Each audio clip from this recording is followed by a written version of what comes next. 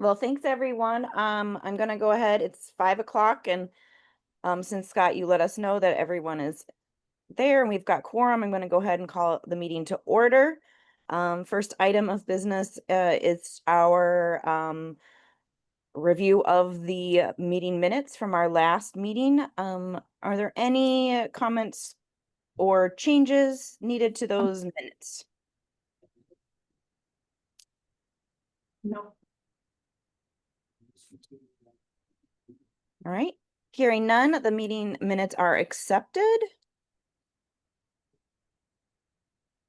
And moving right along to our singular agenda item today, which is the and Scott, I hope you can really help out with what we are needing to do with reviewing the strategy and finance goals for the affordable housing plan. I'll do my best. Sorry, were you queuing me up to start going over this agenda item, or did somebody else want to? I can, since I put this together, I guess I'll kick it off if that's okay. Yeah, that sounds great. Thanks. Kelly and Jeremy, do you have a copy of this document? On hand. I have it electronically. Okay. I can take a look at it, yeah. Okay, so I was gonna say, if you need a copy, I can probably get their own to. Copy of this too. Okay, so what I did is I put together, looking at, all right, flashback, the Miro board. Everybody probably saw the Miro board, and it works fine for a lot of things, but I'm a paper person in a big way. And so I was like, I kind of want to reach the point where we can all be looking at the same document together in a room. Sorry, Jen. and then be like, okay, this is what we want to do. This one would be nice, but we can't really afford it. This one, it's not really 100% related to affordable housing. You know, just go through and start cutting out items that we don't think we should be pursuing with this affordable housing action plan, flagging the ones we definitely do think we should be including in our action plan, and maybe highlighting ones that kind of sound good. Like for me, it's the land trust idea. Kind of sound like a good idea, but I don't really know. I need more information before thinking about it, but it doesn't, it doesn't gravitate to the top. Let's keep it, nor do I want to pitch it. So what I did, I looked at most of this is from the Miro board. The items in blue increase the number of housing units attainable to low and moderate income households, provide housing resources and protections for the most vulnerable populations. Those things that have lines above and below them are the priorities from the Dane County Regional Housing Strategy. They are not in the same order because item number 2 of the 5 for the county is increase the overall number of housing units, which is, part of a housing strategy, but not necessarily an affordable housing strategy. So I put that one as number 5, and then I added one to support implementation of the affordable housing action plan. And that's where I put things like hire someone, just make sure we've got the resources to get that done. So if you look at the document, all these items are grouped under their appropriate heading, whatever the RHS goal is. The sources are the Regional Housing Strategy or More Housing Wisconsin, a white paper series by League of Wisconsin Municipalities. There are also some from our the housing chapter of Middleton's comprehensive plan. And I realized today rereading this that SP is Sun Prairie. We had that table of Sun Prairie's ideas. So once I finished going through RHS, then I went through and grabbed things from the More Housing Wisconsin.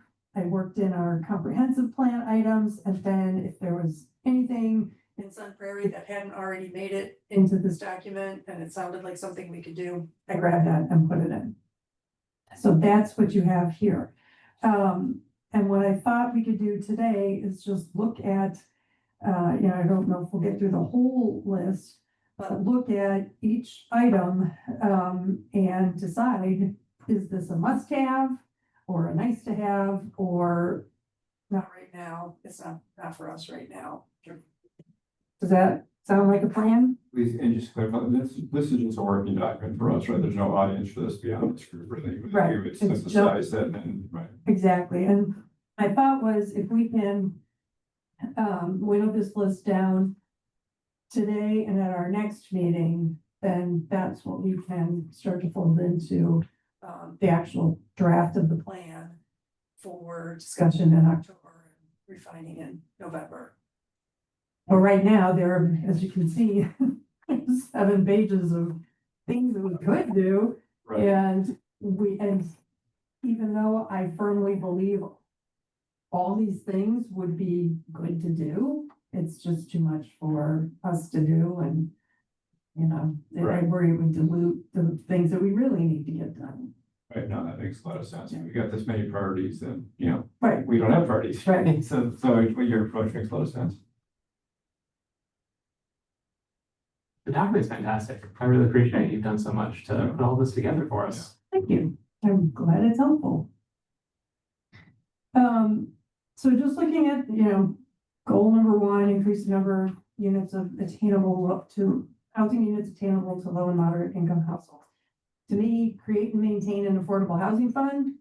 That's job number 1, because because we have funding to, or will have funding to do this. We're creating the fund, so we have to do that. And under that one, there are 3 items.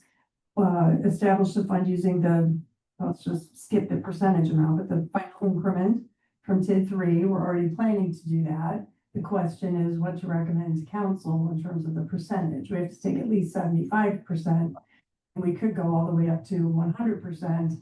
And I think before the Workforce Housing Committee was inclined to go for all of it. So that's what I put in for now, but that number is,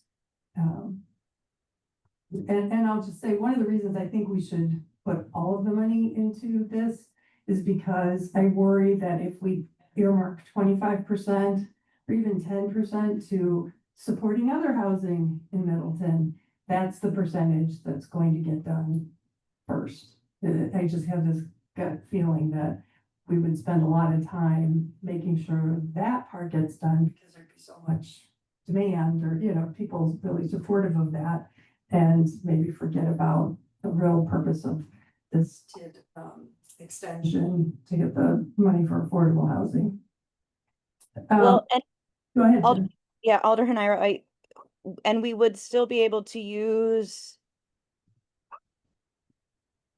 25% in maybe some alternate ways, but it would have to be under the sort of umbrella of affordable housing, but could be more creative potentially with the 25%, correct? The 75% at a minimum has to be to support affordable housing. And the remaining 25% needs to go to support housing in general.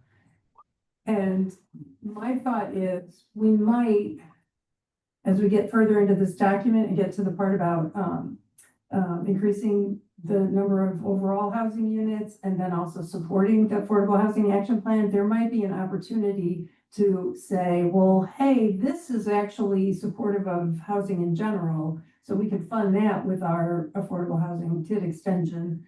But it's still, the focus would more be, this is gonna Tag along. yeah, kind of like, well, and this too can benefit affordable housing, and good news, it's also gonna benefit other housing, like the zone. Right, yeah. So even though it's in the fund, it doesn't totally lock us in. Right. I think I understand what you're saying. So by putting it in the fund, it goes towards the full amount goes towards all of our efforts, even if it is an effort that is supportive of both, affordable housing and housing in general. Yes. But Like it's not allowing it allows us to use it in ways that are not then segregated. And only Right. going, yeah. It would, Yeah, I think the key is, do we want to be issuing grants or loans to people who have the means to do their own, home improvement projects? Because that would support housing, but is that what we want to do? Or do we want to keep it earmarked for, or targeted at the people who are making, less than 120% of area median income, and of that group, emphasis on the lower end of the spectrum. Another action under here would be, and this is more a council thing, to establish a policy to take affordable housing extensions in connection with future TID closures. So right now, we went through a lot to even get the council to agree to do this. There wasn't pushback. It's just that we had to go through the motions to educate them and build support over time. And to me, of course, we still have to go through the resolution process and all that because it's required. But I kind of feel like if we can, this should just be built into our policy of, when we close TID 5, we should have the expectation that this extension will be taken and we'll use the money for affordable housing. So this was written in directly into TID 3 though, right? There's something, I mean, we didn't just come up with the idea, it was there. It's not in our TID policy right now. It's just a state legislative tool, something that we can use to benefit affordable housing. And so the city's been thinking about it for a while. I think this is the first TID that's closing in Middleton after this. I think actually this TID predates that law that allows you to extend it for the extra year. And so that is just every TID across the state, county can pass a resolution to extend it for a year and put that money into a fund. There's been some talks on the state level of extending that to 2 or 3 years, but that has not happened. Yeah, and that's why that's the third item under this affordable housing fund is, since we're using the TID increment. Again, that's not anything for this committee to do. So these are the B and C are the kind of things that could be pulled aside out of this document and put in another list of recommendations for other things that we think need to be done. So do we agree? Maybe. I agree with that, yeah. The point C, to advocate for state legislative changes, I think there are a few other references to advocating for state legislative changes throughout. How would we be able to do that with the Affordable Housing Fund? Would we be asking the staff we appoint to advocate for these policy changes? I think it would be a council and mayor action to work with our state delegation and talk to them and make sure it's done.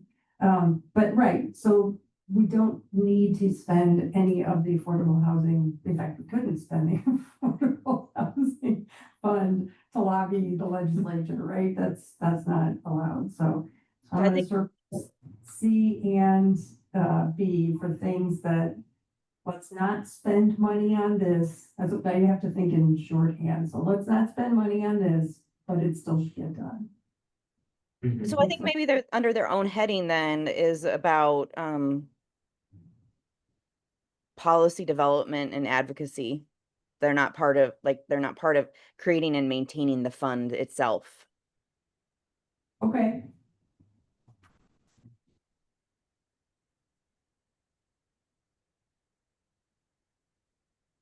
This is if I'm understanding you right. One outcome of this process of document is a couple of these we could pull out into a separate work plan that's not necessarily uses of the funds, but just non-financial actions that we could take. Yes, I think so. Okay. But to make it a little more concrete, so here is a copy of Middleton's Sustainable City Plan.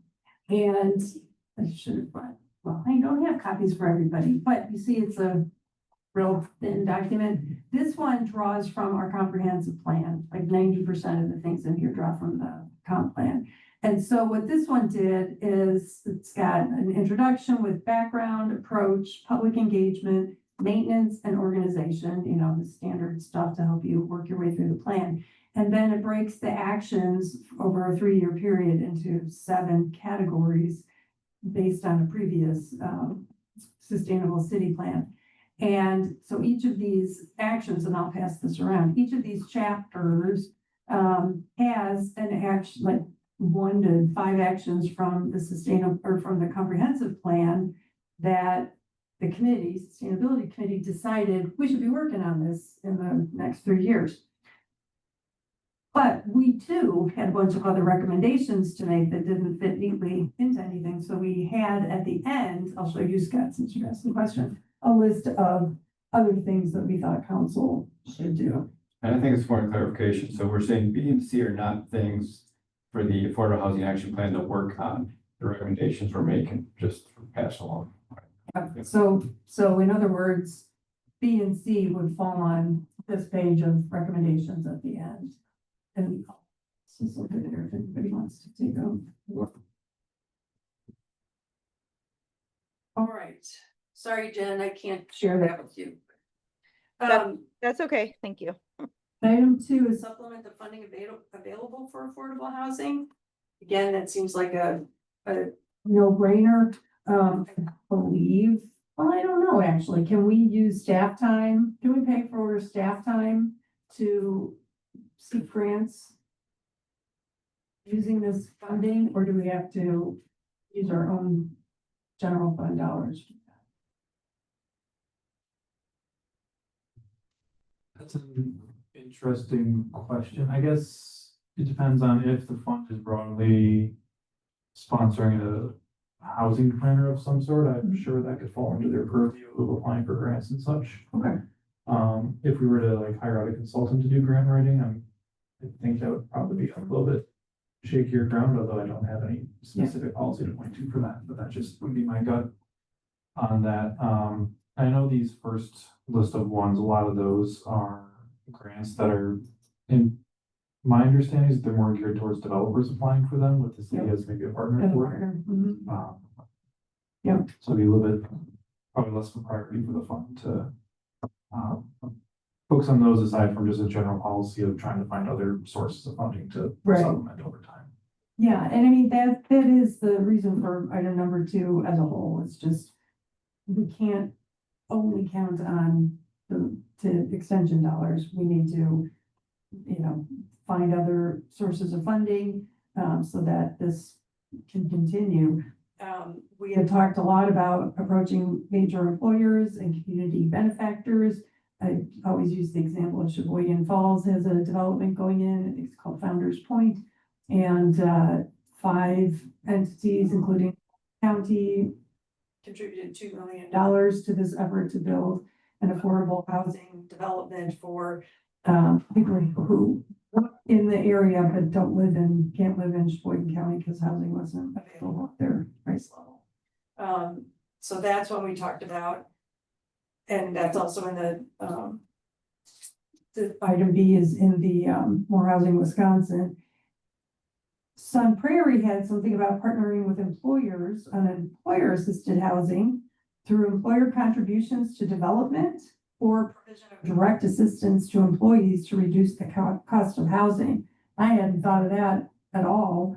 We're going to have Becky Binns speaking at the Workforce Housing Committee meeting on next Monday. And so we can ask her about that one. And then I was just talking to someone who said in Hawaii, because, you know, everybody wants to live in Hawaii, but it's really expensive. So they have a hard time recruiting and retaining teachers. And so districts have started making sure that developments like, you know, new apartments going in or new housing development going in, they set aside some bits for teachers specifically, not staff, but teachers. And, yeah, there's all kinds of requirements, like it's not a permanent thing. This is just to help you get established in the community, see how you like it, and then branch off on your own, you know, and that unit will open up to another teacher. So that struck me as and then the school district contributes towards this so that developers will include these units, just like affordable affordable apartments in a market rate apartment building, but these are teacher apartments inside. So that's what the Sauk Prairie development that just broke ground is doing.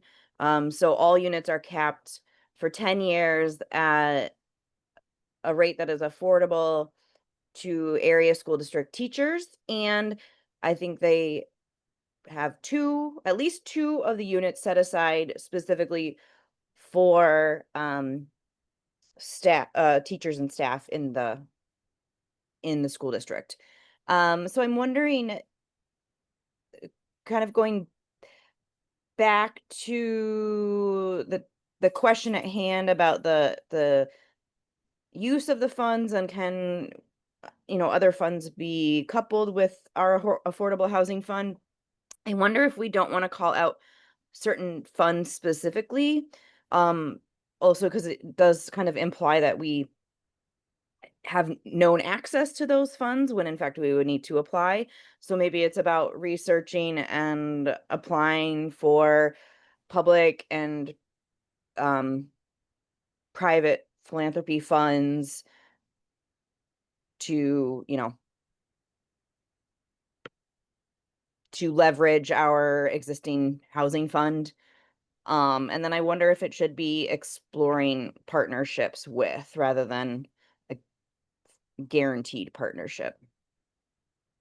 It's been done in Middleton at all before, partnerships with employers or. Not that I am aware of. I like your points, Jen, about, the phrasing will eventually happen, the words, the thing, but I like your point about, instead of, we need to cultivate these relationships with employers and benefactors, and we can't just get the funds, we have to apply for them, and as Scott noted, they're really geared towards developers. So we'll work on the wording of those. As Jen was talking about, maybe wonders, is item 2 actually two different things? Like, it seems like, partnering is one thing, right? Kind of have different groups put skin in the game, if you will. Obtaining grants or what have you is a different thing, right? Am I right? Wrong in that? No, I think you're right. Yeah. Because we could approach, talk to employers, have a summit or something. Some employers might be like, yeah, this is a huge problem for my business, and we have the means to help support some units or, some housing development, a la Sheboygan Falls. Or they may say, no, we don't really have the money, but we support what you're doing. And so, just. However, I would push back a little bit, because I think by having them, the exploration of partnerships or cultivating partnerships under this sort of general heading about supplementing the funding, is that then there is an invested stake in the project. As I learned about with the Sauk Prairie Teacher School, or the teacher and affordable housing project that they've got going on.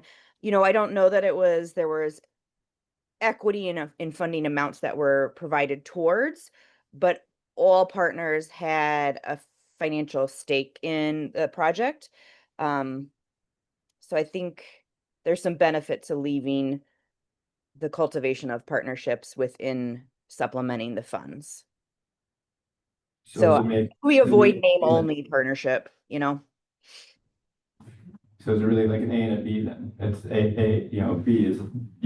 B is the partnerships, and what current B and C, D are kind of examples of potential partnerships, not an exhaustive list, but examples of partnerships. But they're partners that are bringing funds to the table. Maybe it's not the same amount, but Yeah.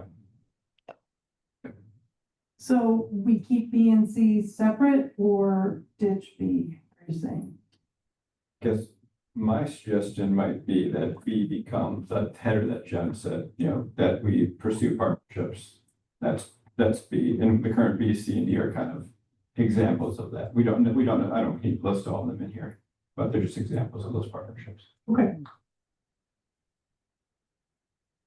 To me, partnering with private businesses in some sort of agreement where they would get housing designated for employees seems very complicated.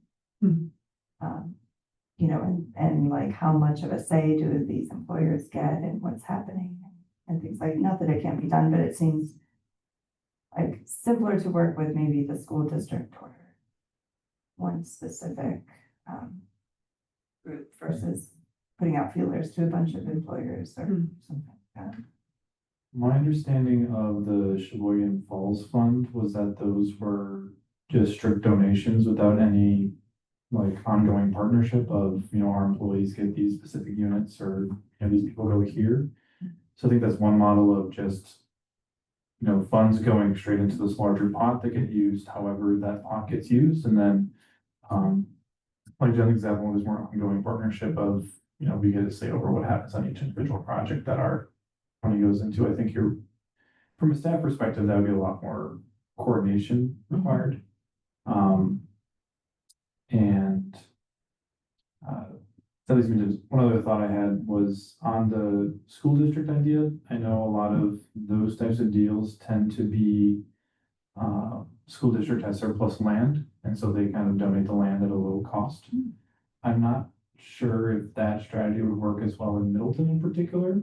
So to pursue with the school district, we might need to get a bit more creative with what that partnership could look like, because my understanding is that they don't have a ton of surplus land within the city limits.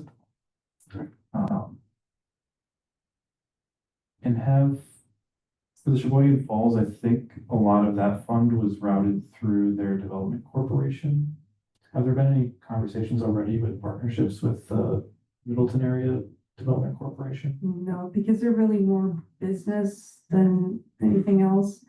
All we've talked about, Scott, is having the Community Development Authority exercise. It's, right now, our CDA is not the housing agency for Middleton by our ordinance. But we have talked about empowering them to be that agency or authority. So all the work would be done through them. Okay. But that's a great point about the land, school district land.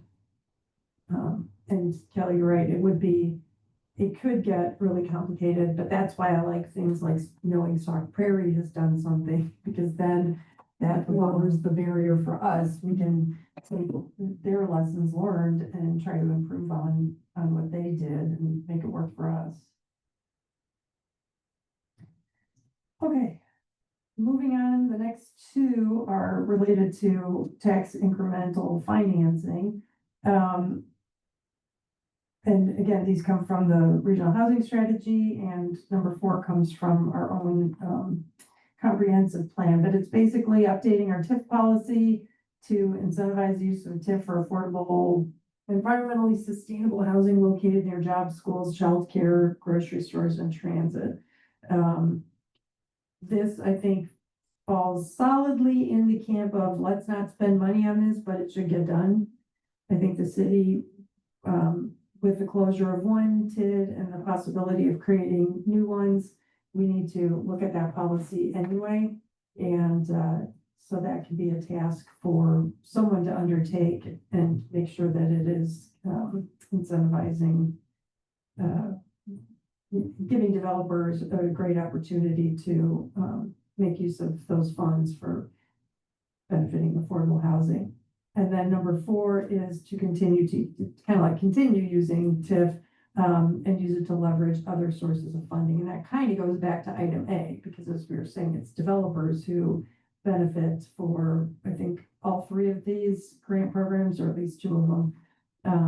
And we just need to work with them, and we have done that to an extent.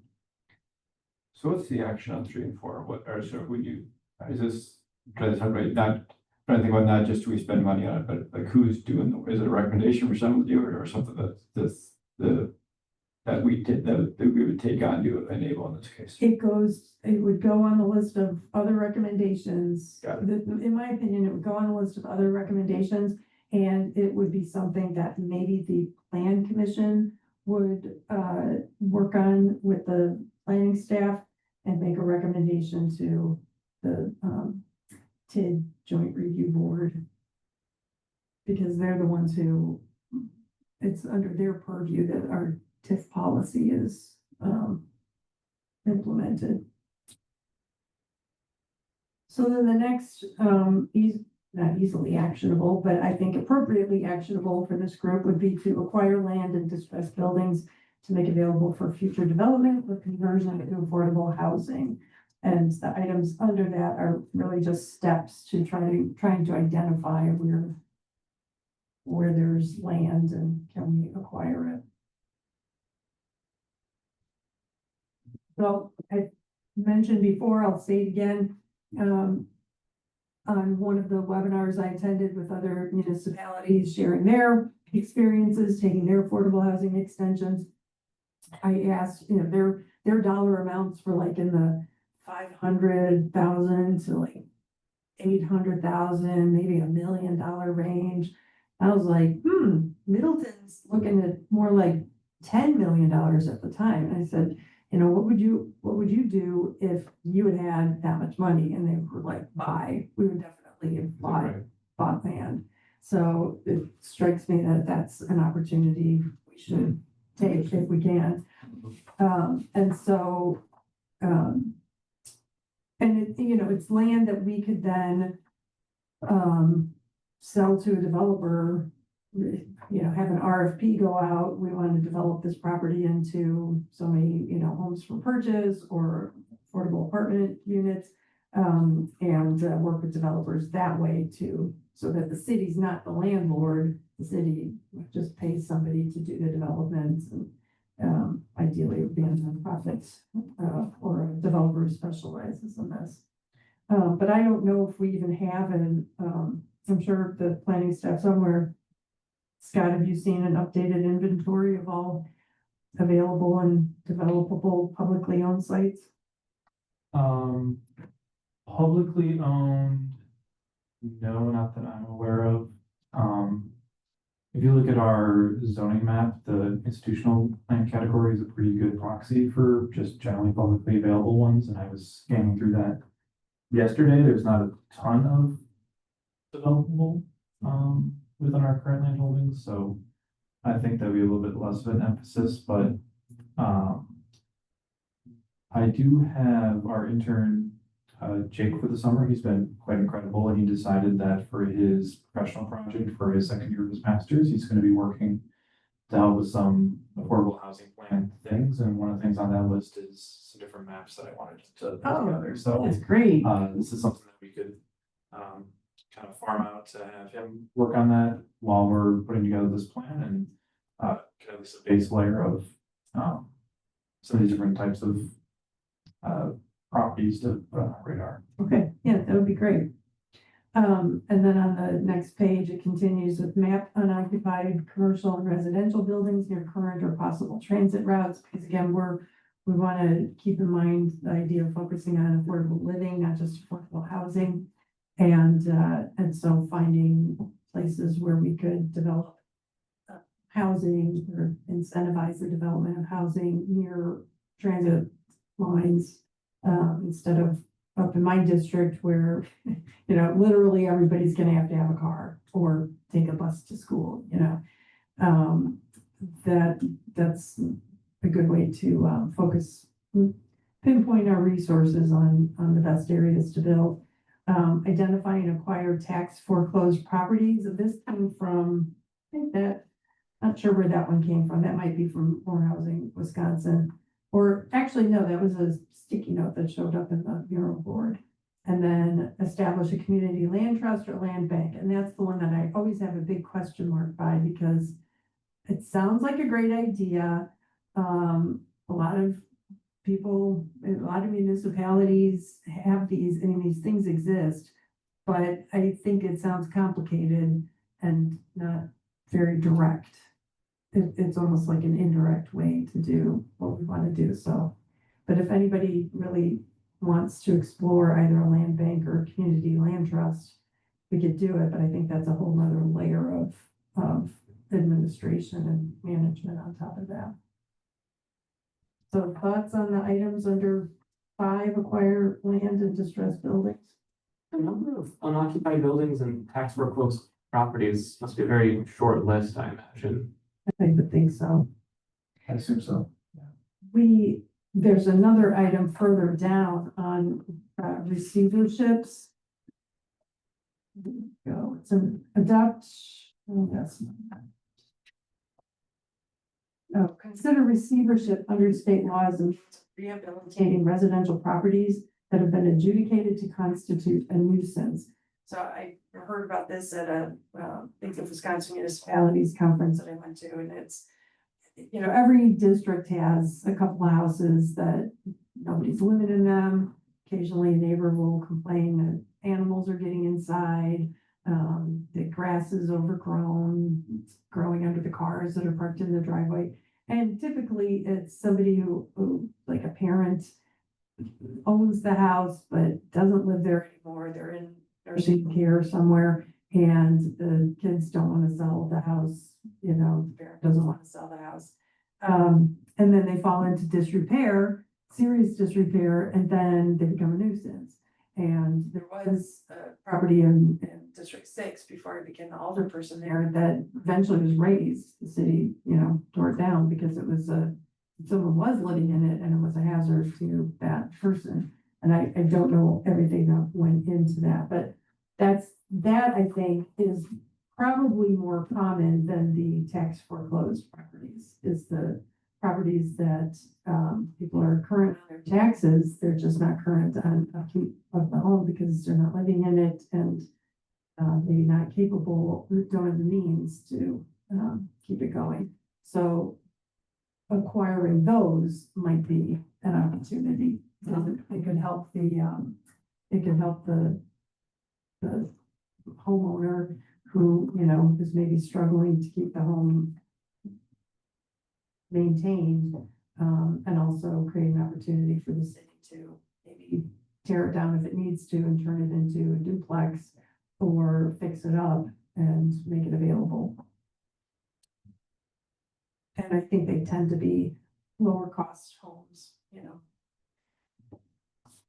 So that the amount that would help would really depend on what we find. That, you know, if we find there are 2 lots right next to each other and we could put a couple of duplexes there, that's great. But if it's like one here and one here and one here, like that doesn't really further the goals. So Yeah, or it does it in a really small way. yeah. But it would be great to see a map, because I really don't, and I look at our zoning map a lot, but I really have no idea how much land might be available. Either that we currently own or that we could own, and what's developable, because a lot of it, you know, it's got wetlands on it, or is it otherwise in an environmental corridor, we can't take it. I'm curious about businesses too. Like I don't know anything about like the zoning, so maybe that isn't relevant to us, but I'm thinking of, you know, I work for American Girl, and we used to work at the campus out on the edge of town, and it's this huge campus with a ton of land and buildings. And I think, you know, a couple businesses have kind of moved in there, but it's really not like a bustling place. So it's like, that's a great huge chunk of land out there, you know, like, are there businesses where this company is just sort of maintaining this office that nobody goes to anymore, and, you know, something like that? Yep. Well, and that gets to the unoccupied, or I should say underutilized, commercial and residential buildings, because they're out there. I know in our business park, the zoning is such that residential is not part of it, which I think maybe I see reasons why that's the case, but I also see a future where people might want to be able to, I mean, some people just want to get away from where they work, but other people would like to be able to walk to their place of business. And if there's other commercial there, like a grocery store, cafes, why not? So that's something that, yeah, I like that idea of trying to utilize that space. So keep number 5 right now on the list. Yeah, pretty read by. Yep. Okay. And then 6, I think, is another big one, and that is through an RFP process. Contract with nonprofit developers who have a documented record of affordable housing development to build all types of housing, including condos along or near transit corridors.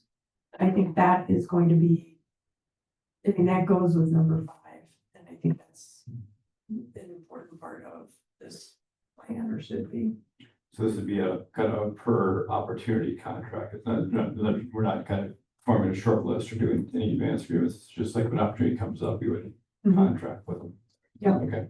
Yeah, if we have the land, if we can acquire the land, and we want to use that. Then we do that next step. Yep. Okay. Yep. Any thoughts on that one, Jen? No, that's one of my preferred priorities, yeah. And then More Housing Wisconsin had number 7 to co-locate workforce housing developments with new public facilities, and I threw in such as the community campus to create opportunities to share infrastructure such as parking garages or common utilities. And actually, so the city is working on this. In fact, tomorrow we have a meeting about the idea of a community campus to replace the city hall, library, and senior center. And originally, the plan did include this, well, actually, it was a private partnership, public-private partnership to have the buildings include some sort of housing, as an opportunity. And the committee kind of steered away from that. They started this in 2019, and after the pandemic, they were like, yeah, maybe not, because there are some complications. But I haven't given up on the idea of maybe using some of the downtown land that the city owns for housing, not in connection with the building of the community campus, but That would be like a great place for senior housing. yeah, I agree. So that one is, it's more like I think it should be done. I don't know if it's something that the Affordable Housing Action Plan should take on as a task for a new housing planner, for example. I think this is something, I can bring it up again tomorrow with the council meeting where we're going to be talking about this campus.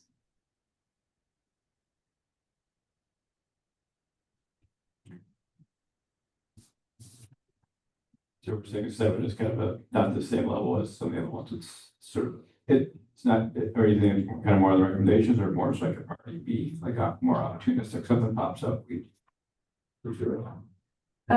I think I would recommend that council and the planning department take this on now, keep this in mind as we're working on this community campus, because this is our opportunity. Gotcha. I think that could also live under the broader policy, that we talked about a little bit earlier of identifying public lands that could be used for this purpose. So maybe instead of having it separated out as its own specific strategy, just, they could fall underneath that strategy as well. Okay. One thought.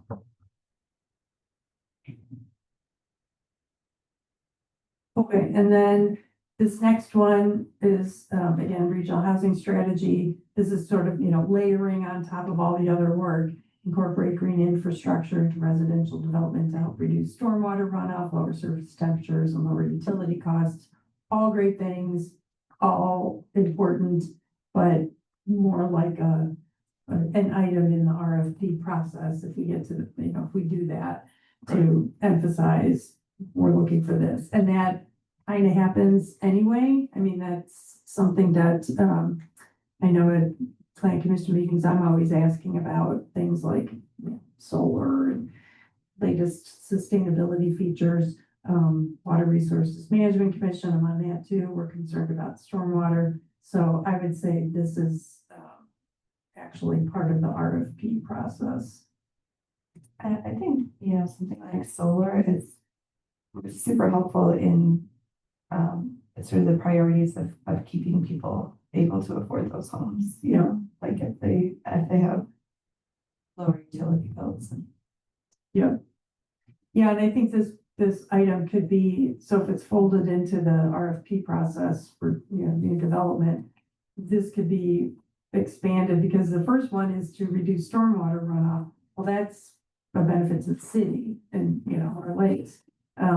Lower surface temperatures, that's a benefit to everybody, not having so much, you know, so many heat islands.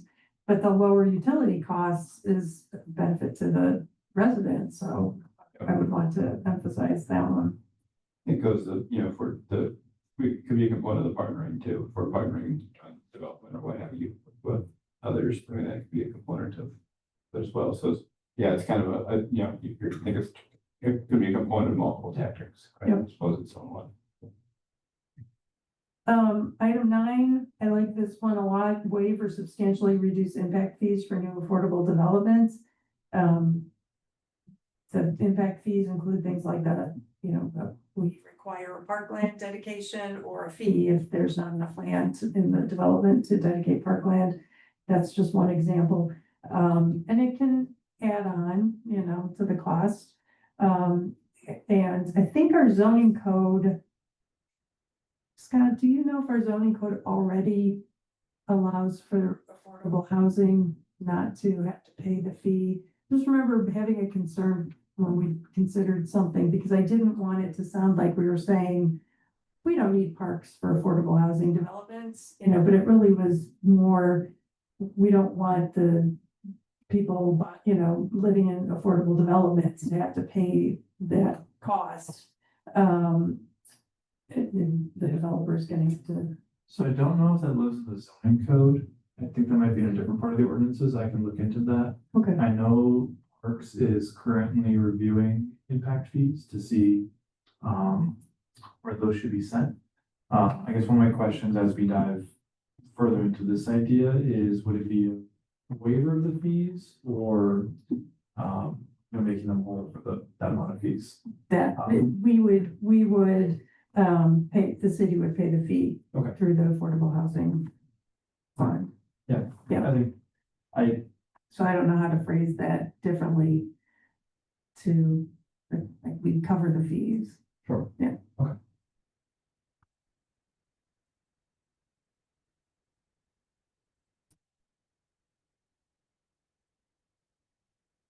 Okay.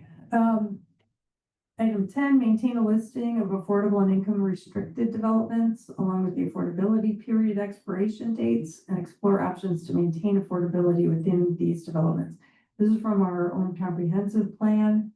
I don't think, well, I don't know, Scott, how many? I've seen a list that has a lot of them. I think there might be some holes in that list and some missing information that would be good to, I can put that on my list in the meantime to delve a bit more into to get the full picture Okay, of it. But I know we have at least we have a list of affordable developments in the city. I just don't know but the they're, extent of the documentation, like what the contracts are, when the affordability period ends, Mhm. stuff like that, that I would Yeah. like to have at my fingertips. Okay, so Scott's already on this, and I mean, could be a great opportunity if we see that, you know, in a few years, or 5 years from now, such a building is coming up on the end of its affordability period. Do we want to approach the owner about continuing and use our affordable housing dollars to help make them whole so that they can keep affordable units available? You know, if it's a building that's very old and is likely to be redeveloped, we wouldn't do that, but I could see some of the newer buildings, you know, we might want to do that. So I like that one, especially now that I know you're already working on it. It makes it easier to include that. Okay, the next one, item 11, also from the comp plan. I love it, but I don't know how we do it. It's integrate lower priced housing into all new subdivisions. It's like a great aspiration, but we don't really have the authority to No. do that. So I kind of am inclined to To take that one off the list. Same thing with include missing middle housing types, and all new subdivisions. We would do that for our own sponsored housing development, Right. but it just doesn't work to, by the time something comes to the plan commission, they've already invested a lot of money in the design, and I'm sure the staff, when they come to the staff to work with them to get ready for that plan commission meeting in a few months, I'm sure the staff ask things like, hey, would you include some condos? And the answer is always no. They've already got an idea of what they want to do. But wondering if there's a way to incentivize it so that they do create that housing type from the start of their plan. So So maybe- thinking about how we incentivize, you know, Like using net zero builds Yeah. and, yeah. Like using our TIF money. We could fold that one into items 3 and 4. Kind of part of two, that's kind of partnering too, right? It's kind of partnering with the developer, but. Yeah. Okay. I'm gonna just put fold in with TIF, because really that's the only incentive that that's the most important incentive that we have. One thing that comes to mind for me when I think of like new subdivisions going in is if they have like HOA fees, which I think kind of are an issue for people to have to pay that extra couple $100 a month. And I don't know if we have any influence of whether a developer, has an HOA there, but Do we, Scott? HOAs are a private organization, so they can just institute them as to kind of cover the cost of the common elements throughout it. If we have money at the table in the form of an affordable housing fund, you certainly can negotiate, if X amount of money will get X benefit in one way, and that can be whatever terms you want it to be. Maybe potentially one way to attack this would be, a general RFP for owner occupied type housing, where then people can then propose back, if, you've said that you have this pot of money specifically for owner occupied housing, here's how we propose to incorporate that within our development. Get folks competing with each other. And having that sort of revolving loan fund could be one way to start trying to tackle that a bit. The terms that get, we get in the weeds with it, which would be fun. But that could be different for every development depending on what their financing structure looks like and what they're able to provide. Interesting. I never even thought of that, because I live in a neighborhood that doesn't have one. Apparently they envisioned having one when it was first built in the late 1990s, but it just never came about, Yeah. which I'm frankly really glad about. Yeah, I don't have one, but when I've thought about, oh, do we want to buy a house elsewhere in the city? When I see that, I'm like, no. Yeah. Yeah. Yeah, there's really not everyone has an HOA, but a lot of them nowadays do to cover those common elements. Yeah. Moving on to 13, this one's from More Housing Wisconsin. Consider establishing a separate fast track permit application for workforce housing developments by assigning a dedicated staff person to shepherd each application through. So I know, obviously, we have a staff person is dedicated to each, or assigned to each proposal for development that comes through. But I think the idea is the affordable housing person, or somebody who specializes in this would get all the, workforce housing developments. And I think you'd have to do more to fast track it. Do you know what I mean? Than just assigning the right person to it. It's more like letting them have a place first, expediting their application. Right.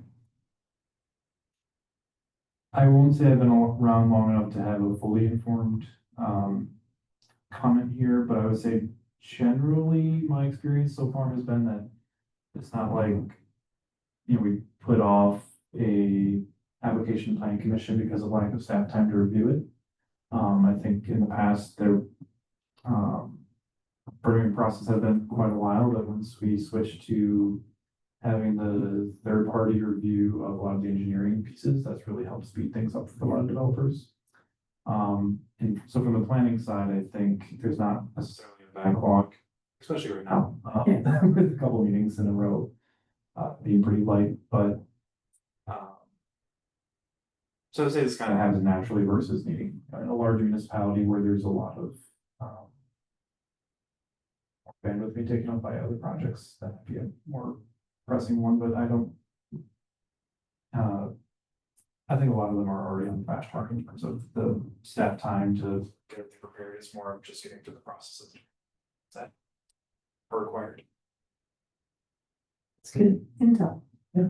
Thanks for that. Okay, so we can take this one off the list. And we do have a bunch of zoning related and planning or plan review process related things coming up. So if we decide to resurrect the fast track, we can do that later.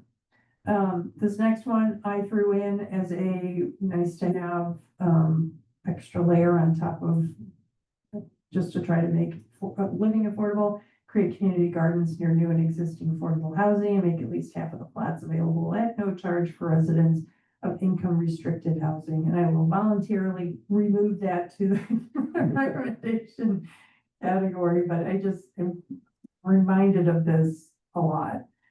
Well, what if it was part of, like, we're like moving the incorporating green infrastructure, you know, it could be part of the RFP process, like, will the, you know, it asks the question, will this development include, again, you know, making clear that it's a priority, you know. Yep, great. That's what I'll do. And then More Housing Wisconsin suggested offering low and moderate income homeowners interest-free loans for accessory dwelling unit projects. That, you know, that would increase the, could increase the number of housing units by one per person who gets it. If you think of it as a way to maybe have adult children help their parents move into an ADU and they can care for them, you know, on their property, that might be like a very specific group of low and moderate income homeowners who could apply for those funds, but I'm not sure. I kind of feel like we need to do more than one unit at a time. What do you think, Jen? I agree. I think this is, you know, I mean, I already know of individuals who are trying to do this, and the cost of building the ADU is so prohibitive that I don't even know that they would be able to take advantage of the Yeah. the even zero interest would not necessarily like really offset it enough to make it feasible still. And it's hard, right? Like, I think becomes more about policy change and how do we encourage like investment institutions to allow for like home equity, like equity to be able to expand to ADUs. That might be more helpful. But again, I think it feels like it's starting to get a little bit out of scope. Yep. Yep.